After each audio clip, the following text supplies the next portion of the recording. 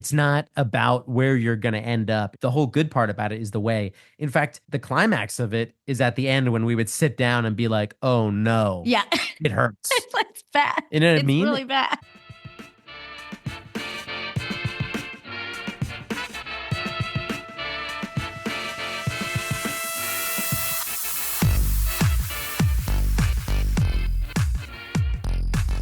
Hi, everyone. Welcome to They Had Fun. I'm Rachel, and I'm back with another amazing story about New York City. But up first, we have my two Rachel's Recs. Those are my personal New York City recommendations for you to go out and have some fun of your own in the city. Then we will hear from my fabulous guests. So let's go ahead and get into it. Okay, I don't know if this is like in the air or something, but I have noticed this sometimes that my Rachel's Recs relate back to the episode. And it obviously is internalized in my brain because I'm sitting here editing these episodes over the last couple of weeks. But if you've listened to the show for a while, you know the whole theory behind the Rachel's Recs is I'm just going to talk about the shit that I'm liking. And I decided to do my two Rachel's Recs this week, probably a few days ago. And then I went back and I was going over the episode before I'm going to put it out to air. And I'm like, wait a minute. How did I not even know that these correlate together? Now, honestly, I did not plan this out. I'm not like, oh, I'm going to do an episode about this. I'm going to make a Rachel's Rec. Like, it doesn't happen like that. I just am like, okay, I've been loving this pizza, and that's the truth. So let's get into the first Rachel's Rec, which is Mano's Pizza in Ridgewood. I, of course, have done my top 5 favorite pizzas in New York City, and Mano's was on that. But I've just been ordering from there so often that I was like, I just have to give this its own shout out. Now I eat pizza every Friday, Pizza Friday. It's my thing. Probably the last 4 out of 6 or something like that, we have gotten Mano's. It is my neighborhood slice. I love it so much. Nick Mano at Mano's in Ridgewood has been so lovely to me as a person, but also today had fun. He has let us come in there and shoot. It is such good pizza. Now, the really interesting thing is that Mano's is starting to get some of the attention they deserve. They recently got number 4 slice in America. They also just got like number 2 slice in New York from Belly Eats, or however you pronounce that app that I don't have.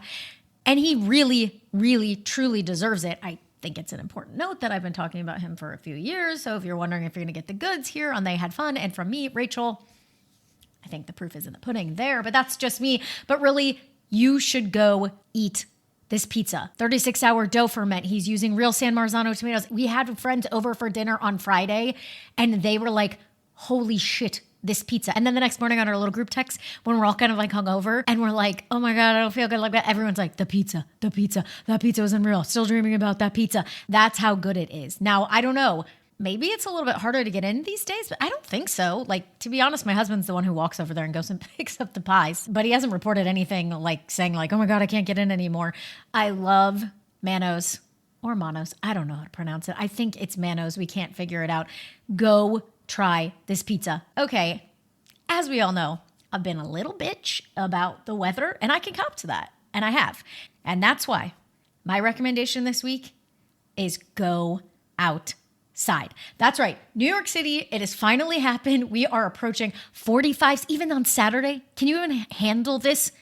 Those of you who don't live in New York, you guys are like, okay, chill out. No, if you live in New York, can you even handle 58 degrees and sunny on Saturday?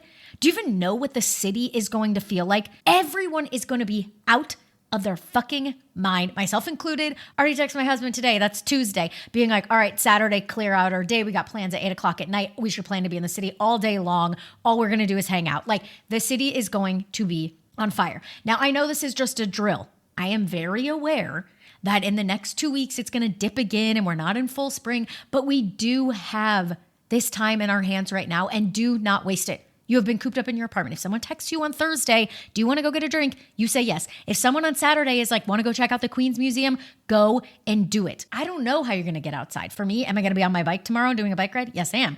On Saturday, am I going to jump on a city bike? Yes.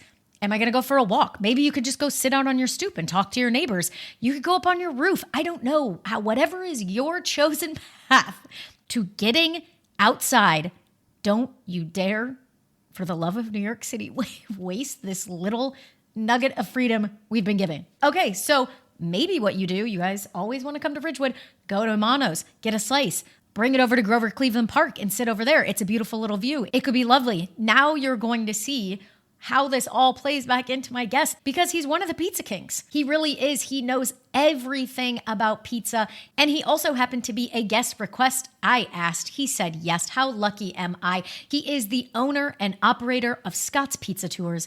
Please welcome to the show, Scott Wiener. Hello. Thanks for having me. Thank you so much for being on. This is the part where I get to tell everyone that I get so excited by something like this. You were a listener request. Now, was I lucky enough that this listener had somewhat of a path towards you that I was able to like slide into the DMs? Yes, but you were a listener request and you said yes to me. And that to me is so exciting and validating, I guess. Well, it's a fun podcast. It's so different. It's fun. They had fun. It's fun. It's perfect. Yeah, I feel like someone was like, wait a minute, why haven't you had Scott on this show? I was like, I have no idea. Now, I've had someone that I consider to be kind of like royalty in New York pizza, Paulie G. He's a fun pizza guy. But considering that New York is the mecca, am I allowed to say that, of pizza in the world? Oh my God, I'm gonna get in trouble from some Italians, aren't I? No, for saying something no, like no. To have a second pizza person and one with like really the history and level of knowledge you have. I have been a fan of every single video I find you in. You know everything about pizza. You've been running these tours for, I think you said 17 years. Tell me about Scott's Pizza Tours. I'm sure you've said this a billion times, but I mean, tell us anything that you want, either the history of it or what you like about it, or what is your favorite thing about doing it day in, day out, anything. Well, maybe it's better to just explain what this even means. Right. Because I find all too often friends of mine will introduce me to another friend and they'll just say, oh, this is Scott. He does pizza tours. And then I see the blank look on the other person's face. And I'm like, I got to explain what that even means because it's not a normal thing. Yes. So a pizza tour is we take people on like guided tours through different pizzerias where we tour the kitchens, we look at the ovens and learn about how they work. And of course, we eat and then we do a full analysis of the pizza in terms of what style are they making, what are they trying to achieve in their pizza, how are they executing on it. And we do it in a really deep dive way because I am like pretty embedded in the pizza business. Yes. I work with all these different like flour companies and tomato companies. And it's like a way to get some real insight that's different from something I do when I'm not doing pizza tours that I do for fun that a lot of people do, which is going on pizza crawls. Yes. And that's just when you go and check out a bunch of pizzerias in a row. So what we do on the tour is like guided with a bunch of insight. And what I do for fun is going on pizza crawls, which is just about eating. I love the element of being on the tour and it being more in depth. I mean, listen, we all fucking love pizza. So there's that. Yeah. But I think it's good. Like when you taste wine, you learn about like the tasting notes of why do I like this wine? Why do I dislike this? Why not do it with pizza? And there's so much good pizza in this city. I mean, I don't know if I even told you this, but my husband and I are like pizza fanatics, as most New Yorkers are. But we do this thing called Pizza Friday and we eat pizza every Friday.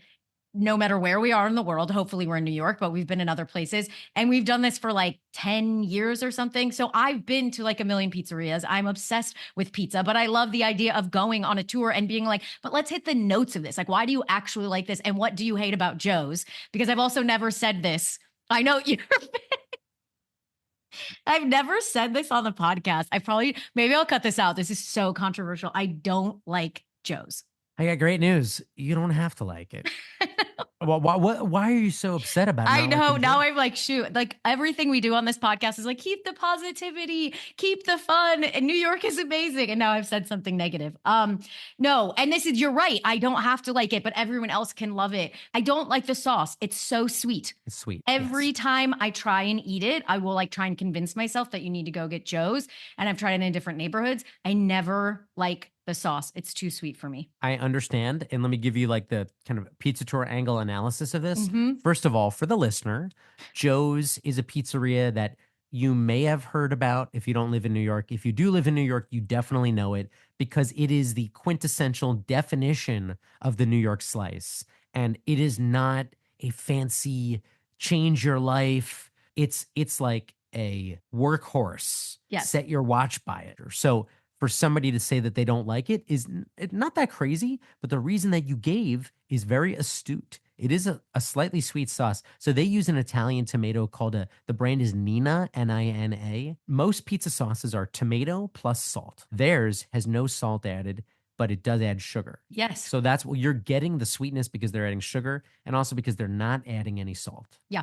And I'm glad that the somewhat hint of negativity has actually worked in our favor for this interview, because we learned something like we would learn on one of your tours. We learned that I'm right, number one, about the sweetness. but number two, that you can learn something like this. This is the nuance of pizza. These are the things you can do on a tour on top of just tasting really great food. I love that you're specifically saying you eating pizza is what you do like in your downtime just for fun. Okay, now that I've commandeered this whole section of where we're talking about your business by talking about the type of pizza that I like, let's go ahead and get into the normal round of questioning for the show. Let's go for it. First up, when did you move to New York? I moved, let me see, it was 2000. I started the company in 2008. I probably moved in 2009. Wait, what? Yeah. So I grew up in New Jersey, about 45 minutes outside the city. Started the company when I was living in Hoboken, but I didn't move into the city. I moved to Brooklyn. I think it was fall of 2009. Wow, that's a really interesting trajectory, is to have this well-functioning business. I mean, obviously Hoboken, I know, I get it. But to not actually be in the city at that point is so interesting. Okay, so I always kind of like to talk about 2009, you're arriving in the fall. What is it like when you get here, especially as someone, I don't know how well the business is doing at that point, but like someone who already has something going on, what is it like arriving? Are you like, God, I wish I could have stayed in Hoboken? Or are you like, thank God I got this place? It's complicated. I should I should explain. This is not the New York arrival story. It's not the camera like starts in on my bags and then as it pulls back, and I've got two suitcases next to me and I've got a subway map and I'm turning it upside down and I'm like, I'm on the big city. It wasn't that at all. I lived in New Jersey. I used to come into the city all the time and go downtown and go see shows, go see music and like all that stuff. So it wasn't like an arrival in New York City. I was living in Hoboken, which for anybody not familiar, it's the town in New Jersey that's directly across the water from Chelsea. It's directly across the Hudson River. My view every day was New York City. Mm-hmm. I should explain more. Up until I moved to New York City, for 3 years, I was living on an old historic ferry boat that was docked in Hoboken. So I was like literally living on the water on the Hudson River. And when I opened my window in this ferry boat, it was literally looking directly at the Empire State Building. Nothing in between me and that except the water. That is so crazy. And it's interesting because, God, New Yorkers were such sticklers. Like, even that, you're like, I'm on the water. I'm 20 feet away. I'm looking at the Empire State Building. And we're like, but you don't live here. Like, what? Yeah. And also, I'm from New Jersey. Right. And you'll know this New Jerseyans. I am proud to be from New Jersey. Yes. And I never, ever said that I lived in New York. I never, like, if I would meet somebody in some other, like, if I'm in California, I would never say, like, I live in New York. Basically, never said that. Never. No. I like that. I live in New Jersey. I like that. I like the pride of being from where you came from and to admitting it. Living on a boat. These are so many interesting details here. Let's get into the second question. Yeah, I know. These are other channels that are crazy. No, I like, this is cool. So let's get into the second question. Considering the pride that you had that fantastic view every day, that you're already running this business. I mean, I don't know. I guess what just leads us in perfectly to, why did you move to New York? I was running this business of pizzerias in New York, and I was only commuting from Hoboken, New Jersey, because I had free rent, right, living on this boat. So when I got to the point where like my rent was basically, I had to work on the boat for X number of hours per week, and that was my rent. And the pizza tour business was getting so busy, I didn't have enough time to do that work. So that's why I moved to New York.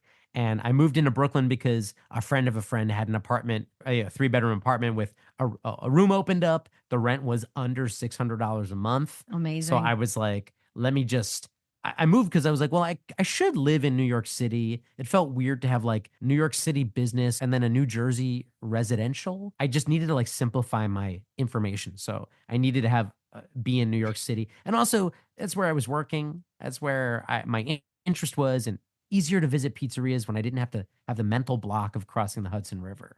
Oh, yeah, that's a really good point, actually. I feel like ease and convenience of paperwork is a big dream of moving to this. Yeah, well, because like, look, growing up in New Jersey, a bunch of my friends who all lived in the same town, we all ended up in the same part of Brooklyn.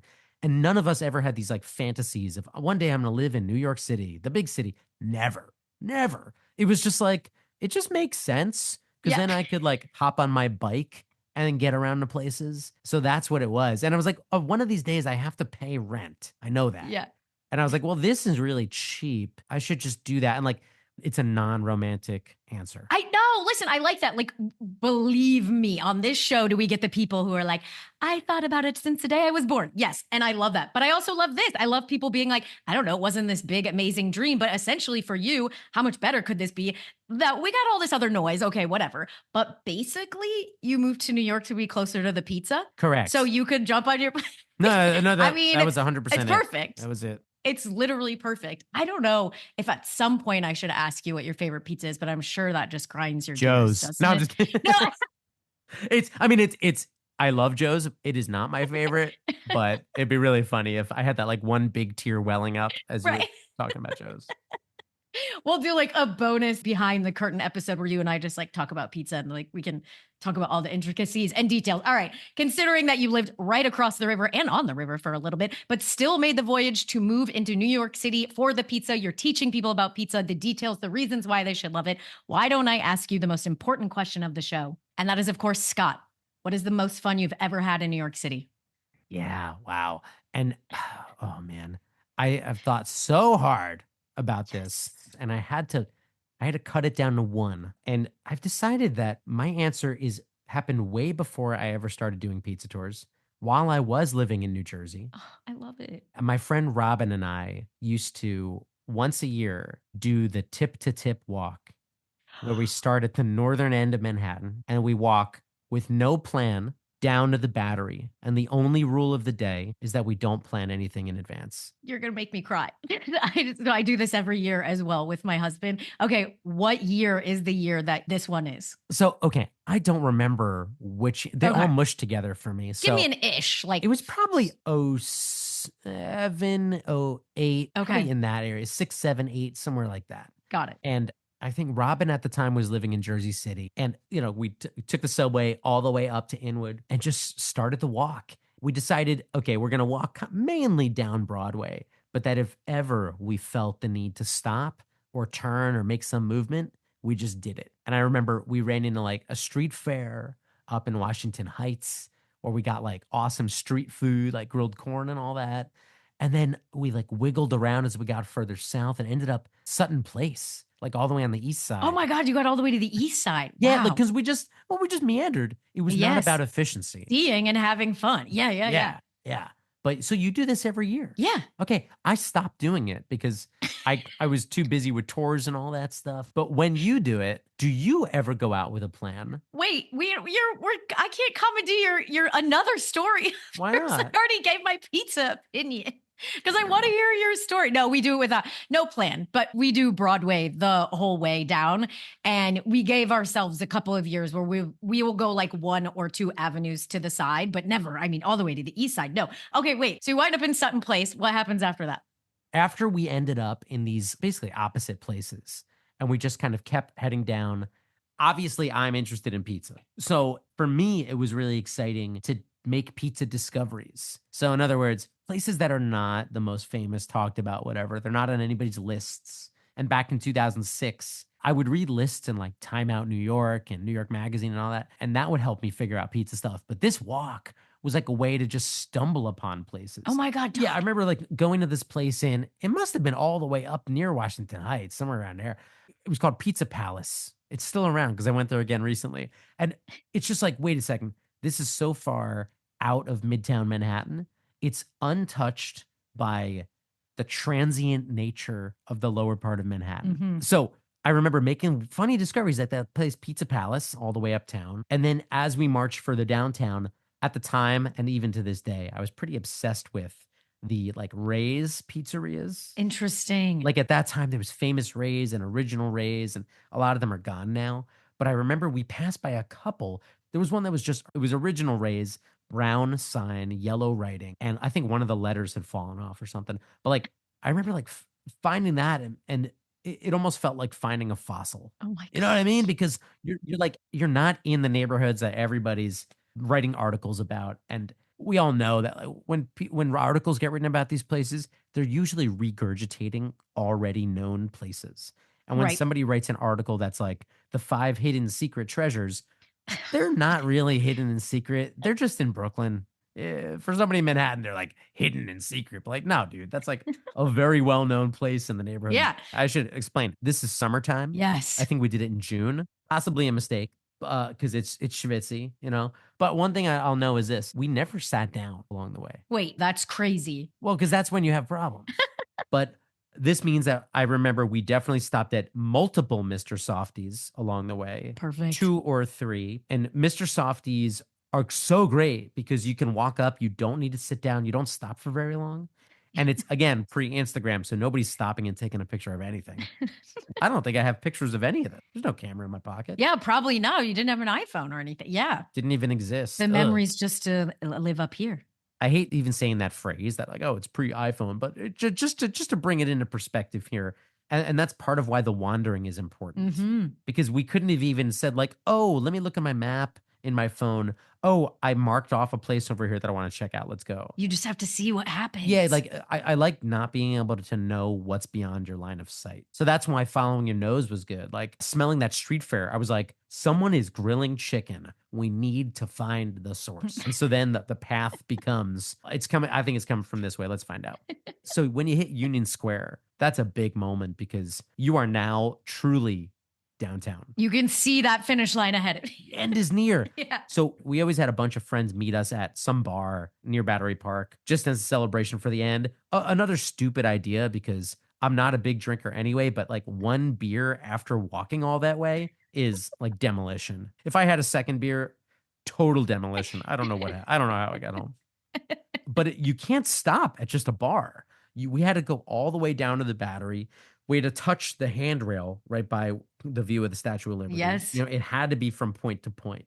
And then we make it over to the bar. You did it. Yes, we did. How would you end? Would you just the two of you? That's or the did you have people? same. That's the same as you. To me, I don't know any way to say this, but my husband and I've talked about this to friends and people. It feels so anticlimactic. You've done this like Herculean effort. Your feet are throbbing. You've seen every neighborhood of New York. You've seen people. You've tried food. It feels so epic. And then you just kind of like walk to the water and you're like, well, we're done. Yeah, but I like that about it. Like, Yeah. Yeah. because again, it's not about where you're going to end up. The whole good part about it is the way. In fact, the climax of it is at the end when we would sit down and be like, oh no, Yeah. it hurts. It's bad. You know what I It's mean? really bad. I've never run them. You ever run the marathon or a marathon? Oh God, no, no. Yeah, it's not never going to be part of my life. But when people finish the marathon, there's like euphoria and they walk around, they Yeah. got the capes or whatever.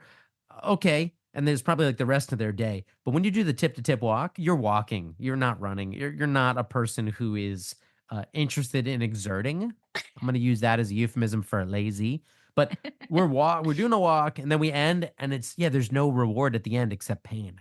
That isn't a euphemism for living in New York. Like, Which is kind of true, but like yeah.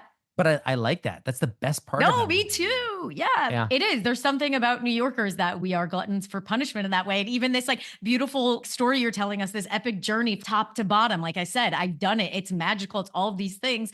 It's almost like I feel like there's this poetic phrase there about like, it's not about the ending, it's about the journey.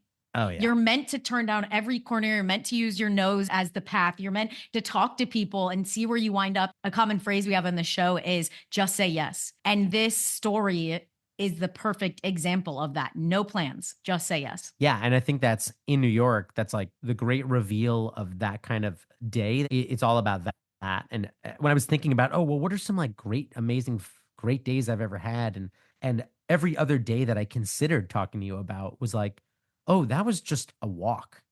Something happened, and I decided to go for a walk, and those end up being the great days. It's the best. And you essentially told us about the longest walk of your life. Yeah, basically. I love that this is your story. I love that you had so much fun doing this walk because I have had so much fun doing this walk. And I try and tell people to do it all the time. There's so much for you to see and do on this top to bottom walk. We call it tip to tip, but it just feels That's what we call it. Yeah. Yeah, I like hesitated about calling it that just now, but I was like, but that's what it is. Everybody do the tip to tip. Let's take that back. Let's take that name Yeah. back. We'll take that back. It's about the experience. It's about exploring. It's about the people of the city, the food of the city. Common themes throughout our interview here today. Thank you for sharing that story with us. All right, let me ask you. Oh, is this one going to be obvious? Let me ask you the last question. What's your favorite thing about New York? Oh, do you mean is it gonna be obvious? Like, am I just gonna say pizza? Yeah, I don't 'Cause I'm know. not gonna say pizza. Okay, I great. don't think it's Great. I don't think You're a multifaceted person, Scott. It's all I right. have 2 facets. Ice cream. No, I no, the best thing about New York is the fact that you don't need to make a lot of plans to enjoy it. The thing that people I think don't get about a city like this that has so much going on is that you can never do everything. And Mhm. so the best thing to do sometimes is to walk out of the house with no plan. There's some kinetic energy constantly happening in the city that pushes New Yorkers to work harder, think more, I don't know, like be really creative and like you could do weird stuff in this city, like launch a business that's just taking people on pizza tours and have it work. But it works like that because the city is like an engine that keeps moving. But I Mhm. think if you live in the city, one of the best things to do, if you have the luxury of time, don't plan anything for a day. Just step out the door and follow your nose. So I think the best thing about the city is that it's constantly undulating. Oh, this is such a good answer and something that I stand so firm in and that really plays back into your story. I also think it's hilarious as two people who run businesses about making plans that we're still trying to be I like, know, Rachel. no, As I was they're talking about it, I'm like, you literally plan people's days for a living, no, but but it's and you do it in a way as well. yeah. But like, here's the thing: I just had this conversation with my friends. Getting people who aren't New Yorkers to understand this dynamic that both of these worlds exist at the same time. And my friend actually said this really beautiful sentence that I'm like, oh my God, that's going to be my new marketing sentence. You can know where you're going and get lost.